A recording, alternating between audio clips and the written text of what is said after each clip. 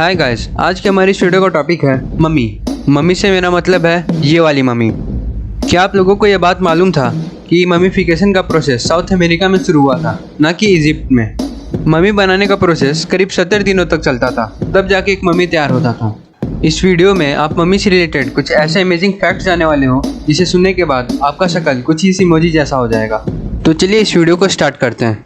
Fact number 9। क्या आपने ये बात कभी सोचा है कि ममीज का वेट कितना होता होगा विदाउट देयर क्लोथ या फिर लेनिंग?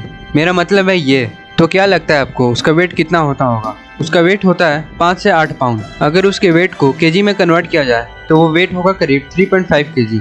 इसका रीज़न है, जब भी ममीफिकेशन का प्रोसेस स्टार्ट होता था तो सबसे पहले उसके सारे इंटरनल ऑर्गन्स को बाहर निकाल दिया जाता था।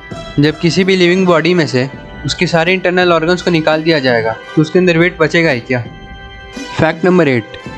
मम्मी बनाने के प्रोसेस में जब उस बॉडी के सारे इंटरनल ऑर्गन्स को बाहर निकाला जा रहा होता था तब सिर्फ हार्ट को छोड़ दिया जाता था। इसका रीज़न है, एंशिएंट इजिप्शियंस का मानना था कि इंसान का सबसे क्रूशियल पार्ट और centre of human existence and intelligence heart है, इसलिए वो लोग हार्ट के अलावा सारे बॉडी पार्ट्स को बाहर निकाल देते थे। उस समय के लोगों के हिसाब से ब्रेन एक यूजलेस पार्ट था, इसलिए उसको भी बाकी सारे ऑर्गन्स के साथ निकाल दिया जाता था। Fact number 7। Ancient Egyptian mummification में कई बार ऐसा भी होता था कि किसी मम्मी के इंटरनल पार्ट को रिप्लेस करने के लिए उसकी जगह पर प्याज का यूज़ किया जाता था। इसी के साथ एक और बात, क्या आपको पता है कि इजिप्शियंस एक मम्मी को लेनिन से कवर करने के लिए कितना क्लॉथ यूज़ करते थे? इसका आंसर है, उस क्लॉथ का लेंथ करीब 15 मीटर तक होता था या फिर 49 फीट, और उसका विड्थ होता था करीब 20 सेंटीमीटर या फिर 8 इंच। इस वीडियो को आगे देखने से पहले अगर आपने हमारे चैनल को सब्सक्राइब नहीं किया तो अभी कर दीजिए, और साथ ही साथ उस बेल आइकन को भी प्रेस कर दीजिए ताकि हमारे अपकमिंग वीडियोस की नोटिफिकेशन आपको जल्द से जल्द मिले। Fact number 6। इजिप्ट में मम्मी बनाने का प्रोसेस करीब 2 महीनों तक चलता था। इस प्रोसेस में सबसे पहले एक खास प्रीस्ट को बुलाया जाता था जो कि उन सारे रिचुअल्स को प्रेयर रिसाइट करते करते पूरा करता था। सबसे पहले वो प्रीस्ट उस बॉडी के अंदर से उसके सारे इंटरनल ऑर्गन्स को बाहर निकालता था।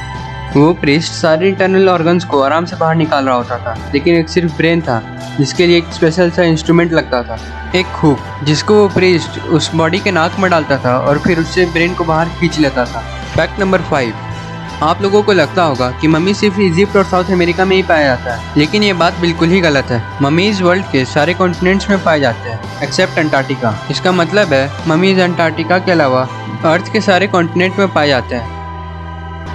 Fact number 4। ये फैक्ट जो आप अभी सुनने जा रहे हैं वो थोड़ा वियर्ड सा फैक्ट है, लेकिन एक ट्रू फैक्ट है। ब्रिटिश म्यूजियम ने इस बात को पब्लिकली बताया था कि जब मम्मी को उसके कॉफिन में डाला जा रहा होता था तब एक रिचुअल को पूरा किया जाता था। उस रिचुअल का नाम है माउथ ओपनिंग सेरेमनी। इस रिचुअल के नाम से तो आप लोग समझ ही गए होंगे कि इस सेरेमनी में क्या जाता होगा। इस सेरेमनी में वो प्रीस्ट उस मम्मी का मुंह खोल देता था। इसका रीज़न तो आप लोगों को बहुत अजीब लगेगा। इसका रीज़न है, उन लोगों के हिसाब से अगर मम्मी का मुंह लास्ट तक नहीं खोला जाए तो मम्मी मरने के बाद कुछ खा पी नहीं सकेगा और तो और बोल भी नहीं सकेगा। ये फैक्ट तो आप लोगों को और ज़रूर लगा होगा। Fact number 3। Public radio international की रिपोर्ट के मुताबिक इजिप्शियन सबसे पहले नहीं थे ममीफिकेशन के प्रोसेस में। इन एंशिएंट इजिप्शियन से भी करीब 2000 साल पहले साउथ अमेरिका में मम्मीज को बनाया जा रहा था। साउथ अमेरिका में इस इवेंट को चिंचोरो भी बोला जाता है। ये इवेंट उन लोगों के लिए था जो लोग बहुत बहादुर थे या फिर राजा थे। चिंचोरो इवेंट में किसी खास प्रीस्ट को नहीं बुलाया जाता था मम्मी बनाने के लिए। ये सारे काम फिशरमैन्स किया करते थे जो वहाँ पे रहते थे। साउथ अमेरिकन मम्मी ज़्यादातर बहुत ज़्यादा डेडली कंडीशंस में पाए गए थे, जहाँ पर या तो बहुत ज़्यादा गर्मी होता था या फिर बहुत ज़्यादा ठंड। इनसे रिलेटेड एक और बात, साउथ अमेरिका में जितने भी मम्मीज पाए गए हैं वो दुनिया के सबसे ओल्डेस्ट मम्मीज में से एक है। Fact number 2। क्या आपने ये बात कभी सोचा है कि इस दुनिया का जो सबसे ज़्यादा पॉपुलर मम्मी है उसका नाम क्या है? उस मम्मी का नाम है किंग टूट। इस मम्मी को दुनिया का सबसे ज़्यादा पॉपुलर मम्मी इसलिए बोला जाता है क्योंकि इसको करीब हर साल 1.7 मिलियन लोग देखने आते हैं। इनसे रिलेटेड ये आर्टिकल आप विकिपीडिया पे भी पढ़ सकते हैं। Fact number 1।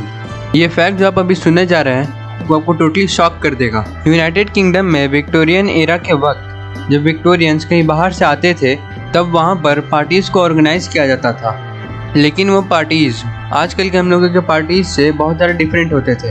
आजकल के हमारे पार्टीज़ में ज़्यादातर लोग आते हैं, डांस करते हैं, गाते हैं, लेकिन उस वक्त के पार्टीज़ में कुछ ज़्यादा ही डिफरेंट काम हुआ करता था। वैसे विक्टोरियन से मेरा मतलब है शाही परिवार के लोग। उस वक्त के पार्टीज़ में लोग सिर्फ एक ही काम से आते थे, ताकि वो लोग मम्मी अनरोलिंग का मजा ले सकें। मम्मी अनरोलिंग में होता ये था कि वो राजा उस मम्मी को अनरैप करता था और फिर जितने भी लोग पार्टी में आए थे वो लोग उस मम्मी को देखते थे। उस मम्मी को देखने के बाद सारे लोग अपना अपना प्रेडिक्शंस देते थे कि ये मम्मी कौन से एरा का होगा। विक्टोरियन एरा के लोग भी बहुत अजीब ही थे। पार्टी में तो हर कोई एंजॉय करता है, मगर ये लोग मम्मी को अनरैप करते थे। आपको इनमें से सबसे अजीब और शॉकिंग फैक्ट कौन सा लगा, नीचे कमेंट सेक्शन में जरूर लिख दीजिएगा। अगर ये वीडियो आपको अच्छा लगा हो तो इसको ज़्यादा से ज़्यादा लाइक और शेयर करिएगा और हमारे चैनल साइंस सिग्नेचर को जरूर सब्सक्राइब कर लीजिएगा।